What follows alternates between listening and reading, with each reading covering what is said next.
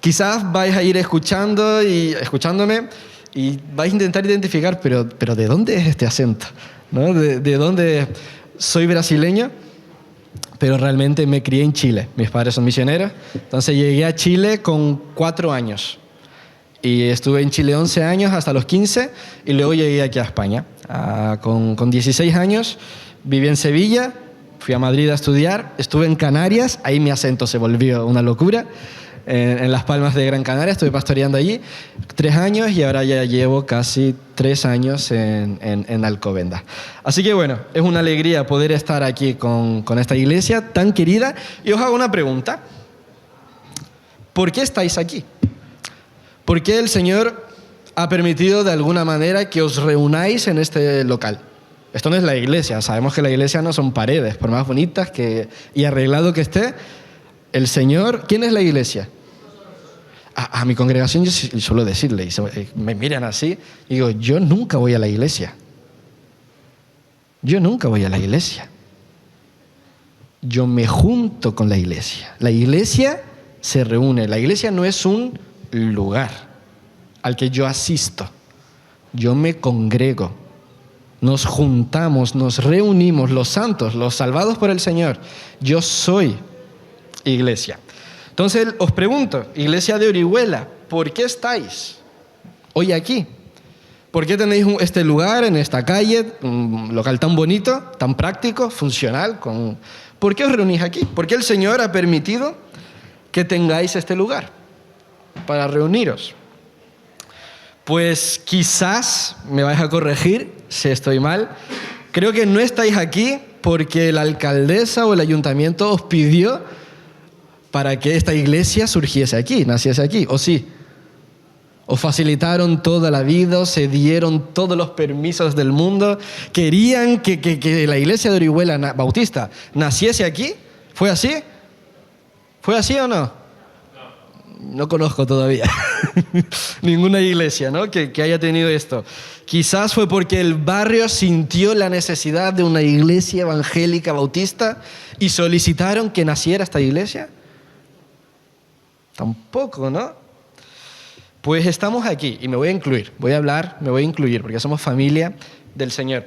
Estamos aquí porque Dios ama esta ciudad, este barrio, estas calles que rodean a este lugar donde la iglesia se reúne. Dios ama a cada uno de los que habéis llegado. Aquí quizás llegasteis conociendo al Señor de otros contextos y buscasteis un lugar donde realmente poder perseverar en la palabra, perseverar en la comunión, en la oración, como la iglesia de Jerusalén. Quizás estabais alejados del Señor o tuvisteis alguna mala experiencia con la iglesia.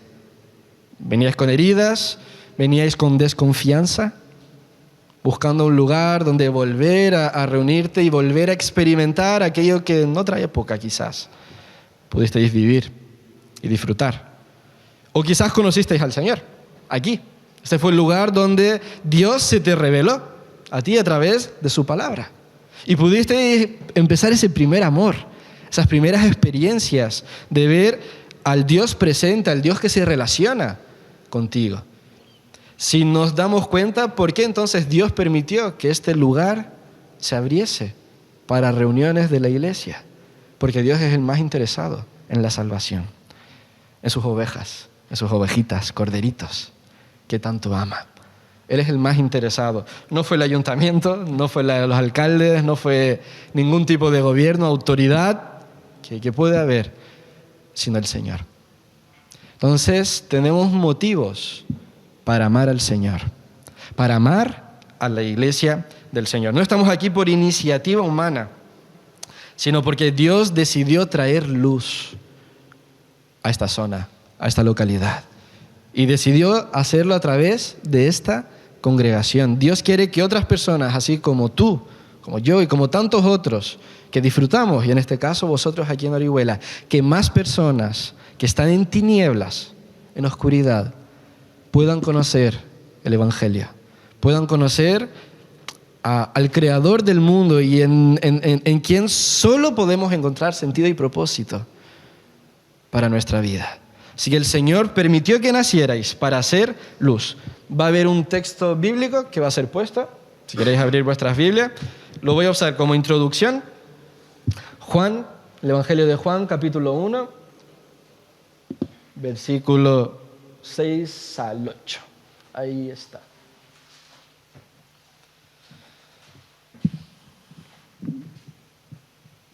Podéis dejar un dedo en Juan 1 y luego enseguida nos vamos a Mateo 5, ¿vale? ¿Qué nos dice Juan? Hubo un hombre enviado por Dios, el cual se llama Juan. Nos escribe el evangelista, pero nos está hablando de Juan el Bautista. No está hablando de sí mismo. Hubo un hombre enviado por Dios, el cual se llamaba Juan el Bautista. Este vino por testimonio, para que diese testimonio de la luz. Juan no era la luz, sino que vino para que diese testimonio de la luz. Aquí os pone el versículo 7, fíjate, dice, vino como testigo. ¿Qué significa esta palabra? Dice, Juan no era la luz, él no brillaba por sí mismo. Es como la luna. ¿La luna brilla o no brilla? No brilla.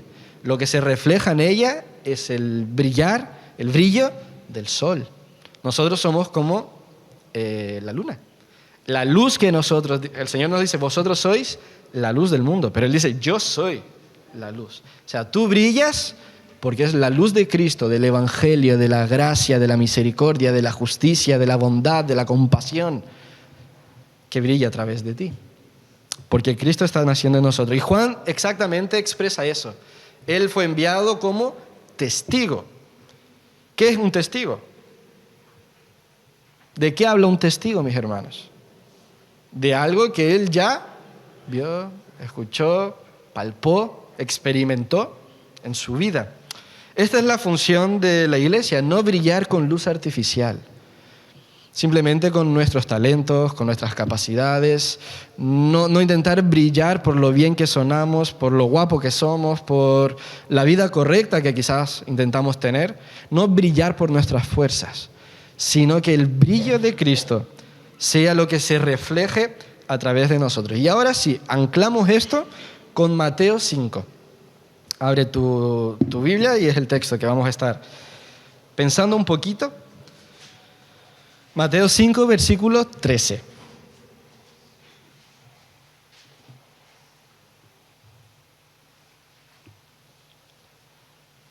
¿Lo tenemos? Amén. Misericordia. Ya. Vosotros sois, también está en pantalla, vosotros sois la sal de la tierra. Pero si la sal pierde su sabor, ¿con qué sazonaréis? No sirve ya para nada, sino para ser echada fuera y pisoteada por la gente. Lo voy a volver a leer. Vosotros, Jesús está hablando a sus discípulos, el Sermón del Monte. Está hablando con sus chicos, a la iglesia, a nosotros. Es como si nos estuviese hablando a nosotros. Vosotros, iglesia de Orihuela, sois la sal de la tierra. Pero si la sal pierde su sabor, ¿con qué sazonaréis? ¿Con qué daréis sabor? No sirve ya para nada, sino para ser echada y pisoteada por la gente. Hay un autor, John Stott, que es británico, y él reflexiona sobre esto y nos hace pensar. Una de las funciones de la sal, especialmente en tiempos más atrás, era conservar los alimentos. Hoy tenemos congelador, tenemos distintos métodos, recursos, pero en otros tiempos tú cubrías la carne, por ejemplo, con sal, y esto producía que el producto, la carne, perdurase más tiempo en buen estado. Pero la naturaleza de la carne, ¿cuál es? Echarse a perder, se pudre.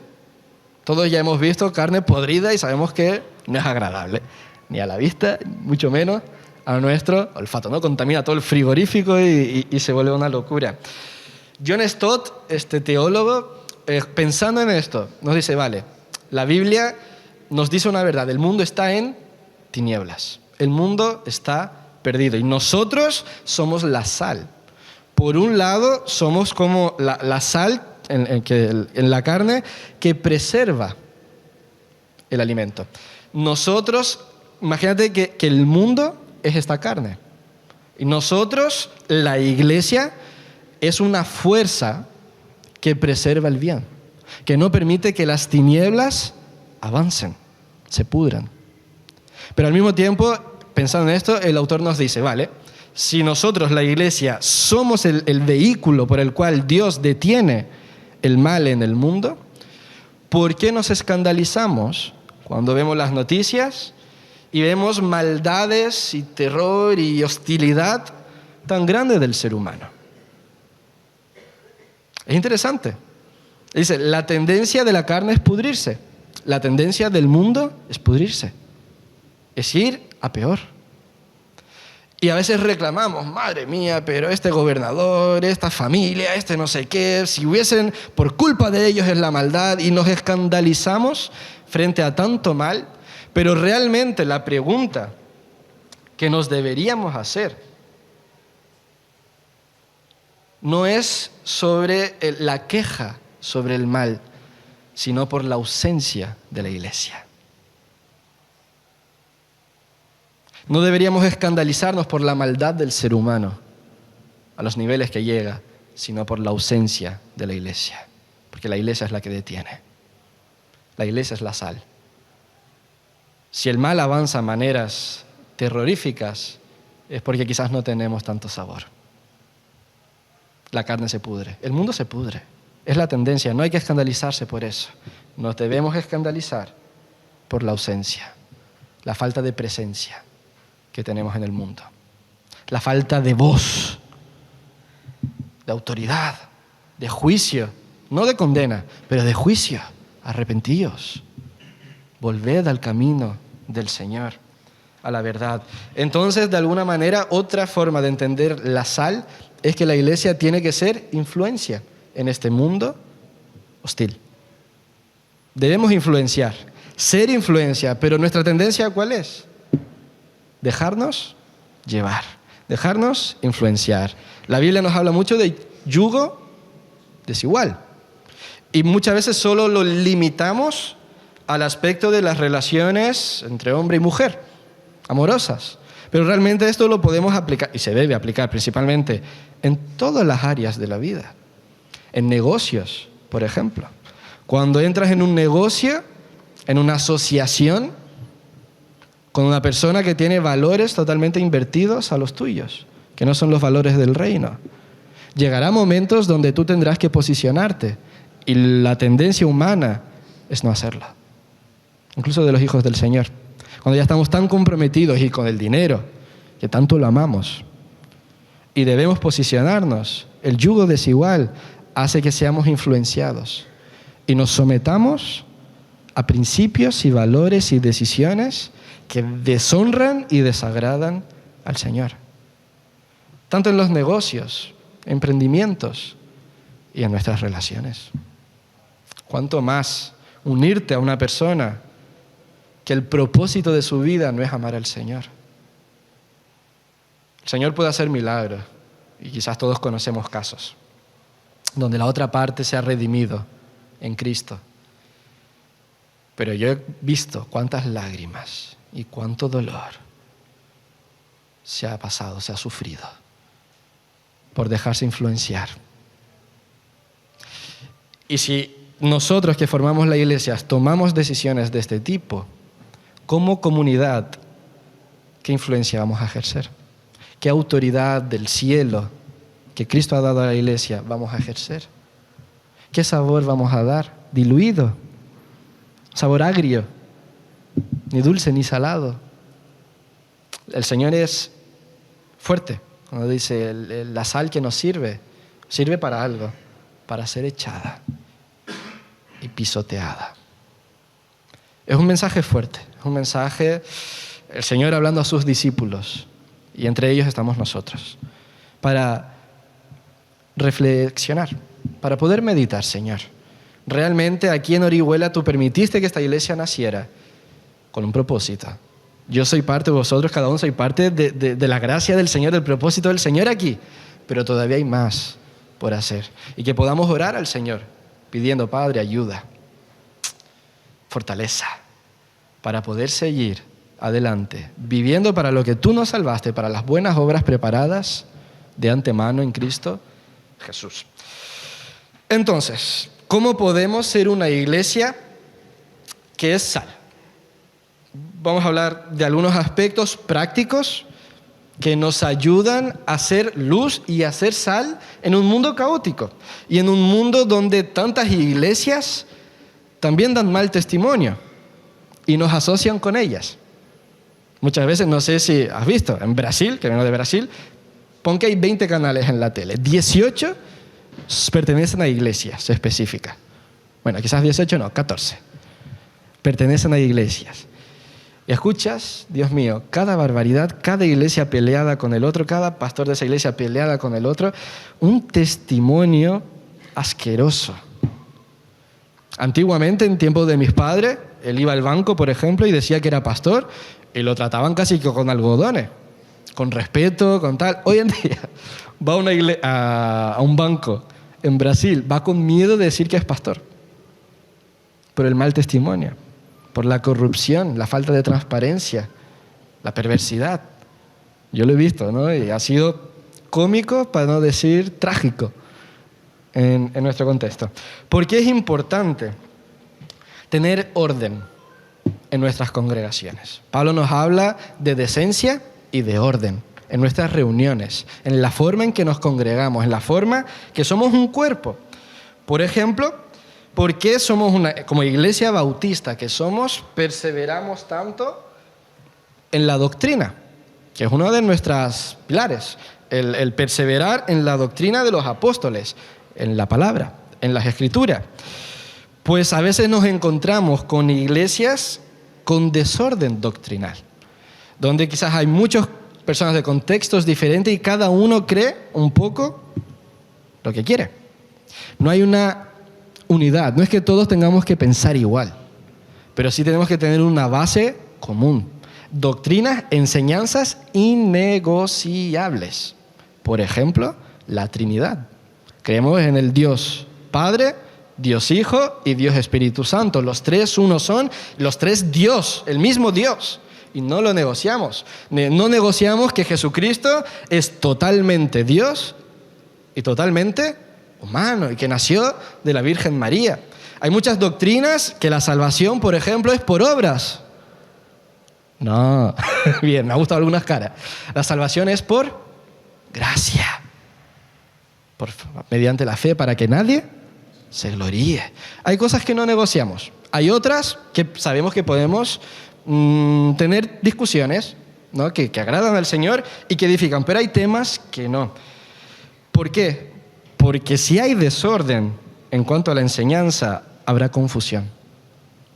No sabremos para dónde estamos yendo. No sabremos cómo educar a los pequeños, cómo enseñar a los pequeños. Sean pequeñitos como los niños que están arriba o como los que están empezando en la fe. Si cada uno le mete información diferente, Dios mío, van a ser distintos tipos de plantas en su cabecita. Va a ser un desorden, hay confusión, la obra se congela. Por ejemplo, cuando hay desorden en el liderazgo de la iglesia, en los que el Señor levanta y que la propia iglesia reconoce en su liderazgo. Si, por ejemplo, los líderes de la congregación, que somos una iglesia bautista, no rinden cuentas de su obra, de su trabajo, de las distintas áreas en las que son responsables, ¿qué va a pasar? ¿Qué pasa en muchas iglesias? Vemos abusos de diferentes tipos, desde económico, de poder y hasta sexual. Porque no hay una rendición de cuentas. Podemos llegar a extremos y esto está en las noticias. Esto no es nada, estos escándalos no son novedad, tristemente.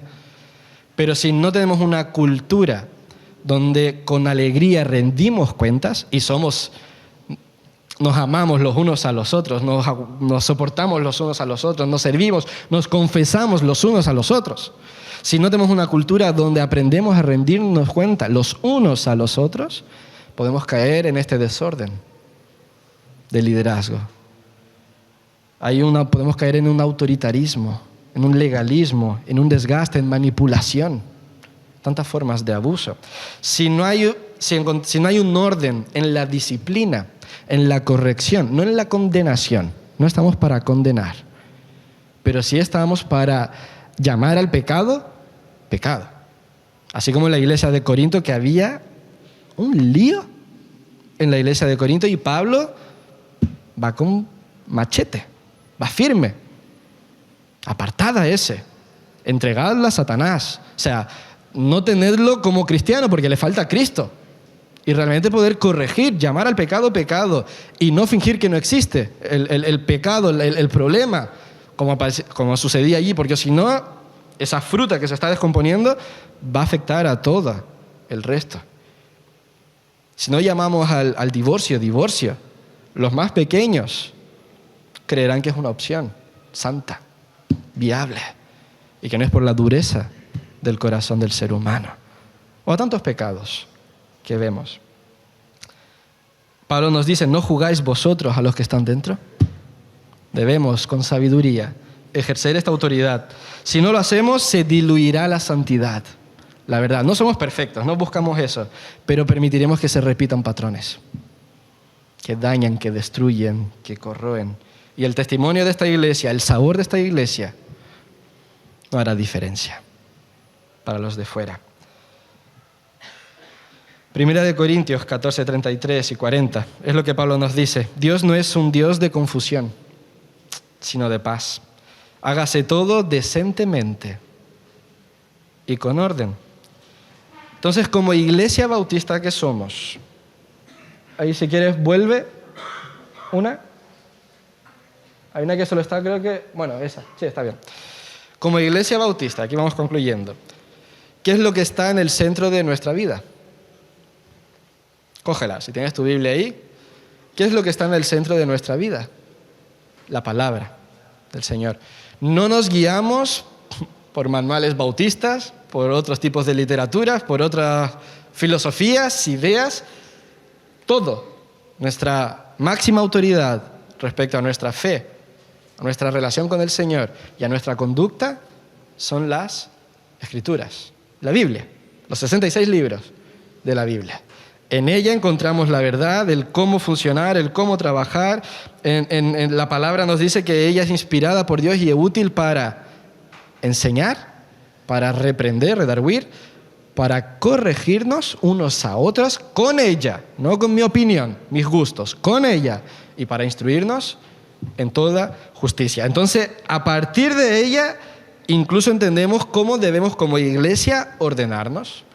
En la teología, en las iglesias se le suele llamar a esto el gobierno de la iglesia. ¿Cómo somos gobernados? El Señor gobierna a través, porque la palabra es Cristo. Cristo gobierna a través de su palabra. ¿Y cómo? Lo hacemos, por ejemplo, como iglesia cristiana bautista.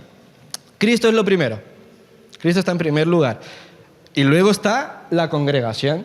Vemos todos, por ejemplo, estos puntitos. ¿No? Simplemente una ilustración para poder explicarla mejor.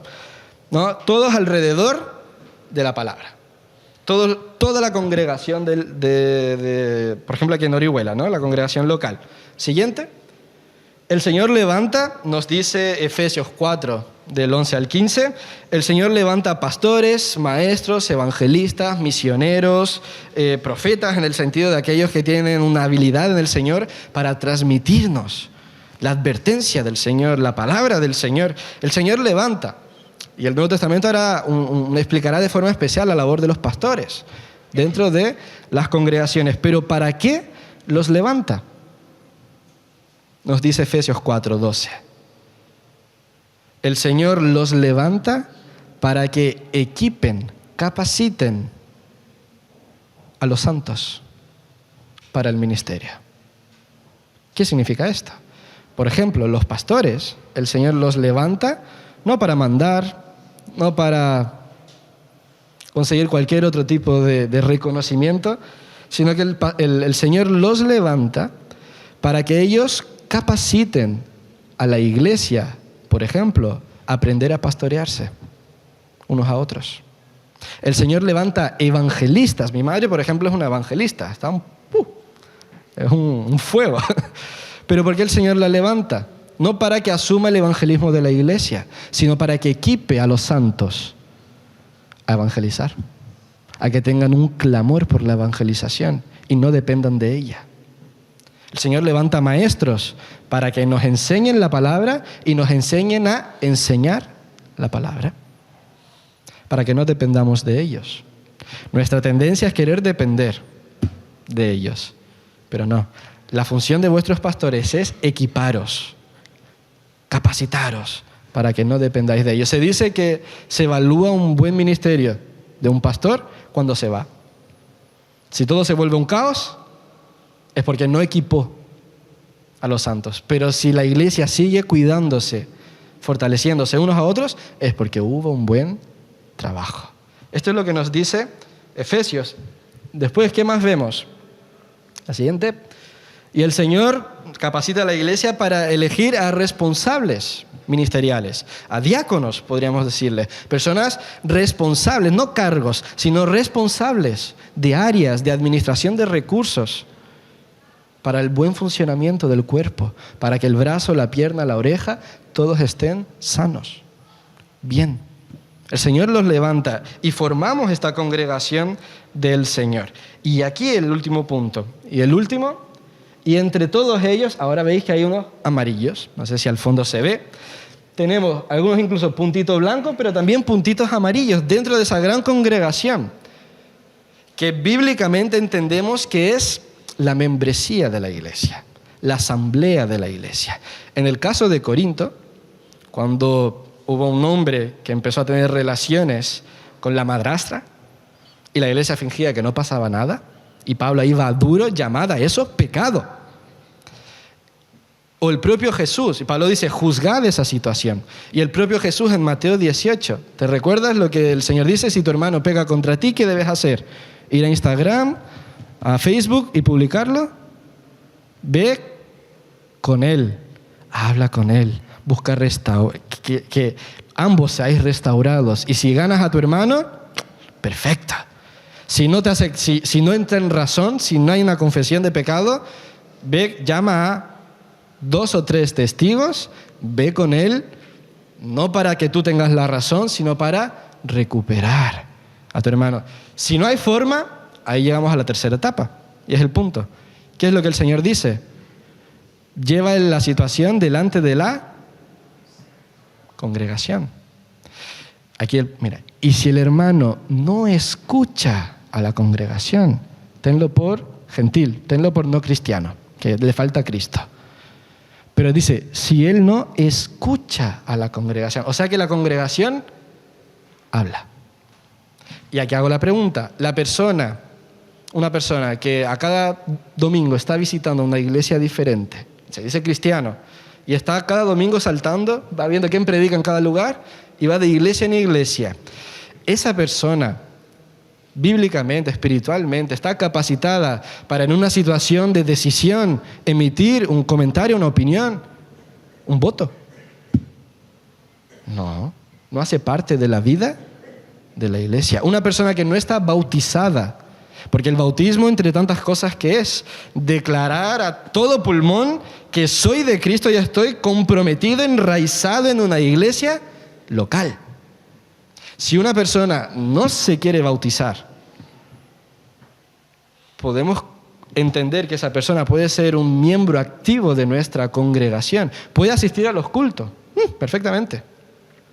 Pero en momentos donde los santos se tienen que reunir para enfrentar situaciones delicadas, es una persona que coherentemente tendría sentido que participase, que hablase, buscando restauración. Entendemos que no. Las cosas en orden. En orden. Entonces, en la Biblia vamos a encontrar que aún en el gran grupo encontramos de aquellos que voluntariamente deciden hacer parte. Para ilustrarlo, ¿sabéis lo que se nota lo que es esto? Muchos lo tendréis también. Y eso estoy yo chiquitito, ¿no?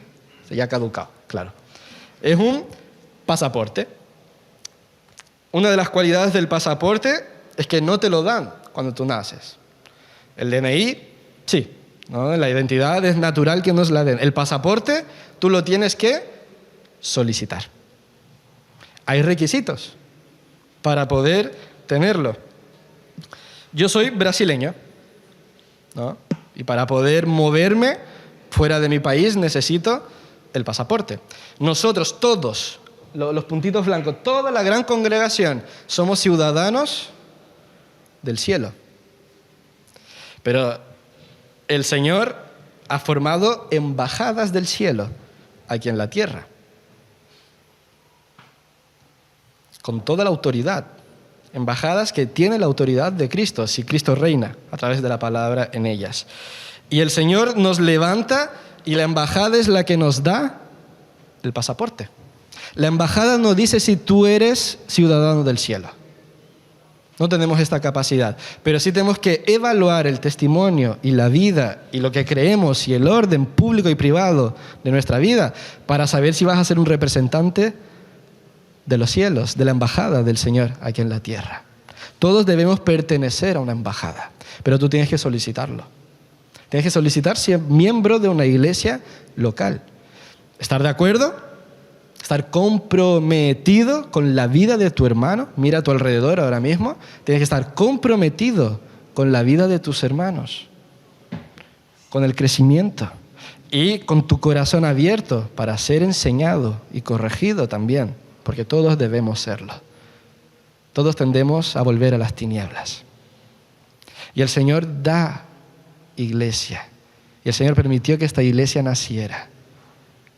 No para ser mejores. No se trata, el pasaporte no dice que tú eres mejor que nadie.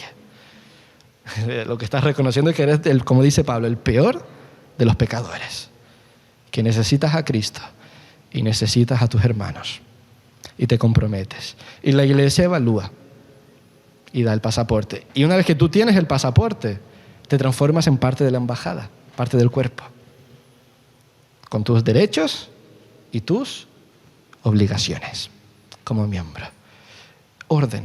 No es perfección, no es aparentar, sino orden para que nuestro sabor detenga el mal, dé sabor, dé gusto y las personas que nos rodean tengan interés.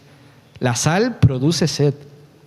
Y por donde vayamos, que produzcamos sed, provoquemos sed en las personas, en las tinieblas, y vengan a la luz admirable del Señor. No conozco aquí la realidad de Orihuela. No sé si eres miembro, si no, si eres bautizado, si no, si estás comprometido, si estás de iglesia en iglesia, en YouTube, viendo predicaciones, creyendo que no hace falta ser miembro, enraizado en la iglesia local. Lo que la Biblia nos dice es que sí. Debemos comprometernos con la iglesia local. Y el Señor os dio pastor. El Señor os ha dado pastores también, entre ellos David. La Biblia nos dice, obedeced a vuestros pastores, no ciegamente. No, eso es peligroso. O sea, obedeced, Hebreos 13:17, obedeced a vuestros pastores y someteos a ellos. ¿Por qué? Porque hay un porqué. Porque ellos velan, se desgastan, os aman, se esfuerzan, se capacitan, están presentes, velan por vuestras almas como quienes han de dar cuenta a vosotros y al Señor, para que lo hagan con alegría vuestros pastores, no con tristeza, no con falta de ganas, sino con amor, con pasión, sin quejarse, porque esto no os traería ningún provecho a nadie. Obedeced no es obediencia ciega, sino dejarse persuadir por quien confías. Es escuchar, obedecer es escuchar con disposición a escuchar a la persona que quiere que tú seas más como Cristo, que conoce la palabra y te quiere equipar. Escuchar con humildad, caminar en sintonía. Someteos, una palabra que a veces tenemos tantos miedos. La Biblia nos dice someteos unos a otros. Dar espacio. Someter a tu pastor significa darle espacio en tu vida y colocarte conscientemente bajo su guía, siempre y cuando él esté sometido a la palabra. No es jerarquía. Mientras él se somete a vosotros, vosotros os sometéis a él. Mientras él obedece a vosotros, vosotros obedecéis unos a otros, no teniendo a nadie como superior. Mentira, no teniéndote como superior, sino cada uno nos vemos como unos superiores a otros. Mantengámonos fieles a las palabras. Honremos a los que el Señor ha levantado, igual que a nosotros, para servirnos unos a otros. No hay más importantes que otros en el cuerpo del Señor. Estamos para edificar. El Señor edifica su iglesia, pero necesita personas comprometidas con el Evangelio, con esta ciudad y unos con otros. Que el Señor bendiga la iglesia de Orihuela. Que el Señor os prospere en todos los sentidos. Que lo que Él ha puesto en vuestras manos, amor, dones, talentos, recursos económicos, el Señor lo prospere para que tengamos más sabor, para que la sal llegue, la luz llegue a más rincones, a otras ciudades. Y Orihuela plante otras iglesias. Orihuela sea un semillero de pastores y pastoras que salen a España, que salen fuera de España. ¿Estoy diciendo una locura? No, no. Pero el Señor necesita de vuestras manos. Si no son las vuestras, serán las de otro. Así que, iglesia de Orihuela, que el Señor os dé fuerza, os dé ánimo, que realmente en nuestro corazón podamos fortalecer el compromiso con el Señor, con la vida de la iglesia, con el caminar de la iglesia, caminando en unidad, amándonos los unos a los otros y dejándonos usar por Él. Te damos gracias, Señor, porque eres bueno. Te damos gracias, Señor. Quizás hace 50 años, 30 años, 20 años, un par de días, oh Dios, tuvimos la ocasión de conocerte. Tuvimos la ocasión de escuchar sobre las consecuencias de una vida viviendo en indiferencia contigo. Quizás escuchamos por tanto tiempo tantas historias sobre Dios, sobre Cristo, y fuimos indiferentes, Señor. Solo te buscábamos cuando hacía falta, cuando había desesperanza y desesperación, Señor. Pero aún en esos momentos, tú fuiste paciente, tú estabas ahí, y pudimos conocer tu amor, pudimos conocer tu bondad de una forma maravillosa, Señor. Te damos gracias porque no dejaste a la ovejita perdida, sino que dejaste a las 99 y viniste a buscarme. Tú permitiste que esta iglesia naciese, Señor, que este foco de luz naciese en esta ciudad, que muchos pudiesen volver a experimentar tu abrazo, que muchos pudiesen seguir creciendo en tu amor y que otros, oh Dios, pudiesen realmente tener la salvación, recibir la salvación que viene de ti. Ayúdanos, Señor, a vivir en abundancia.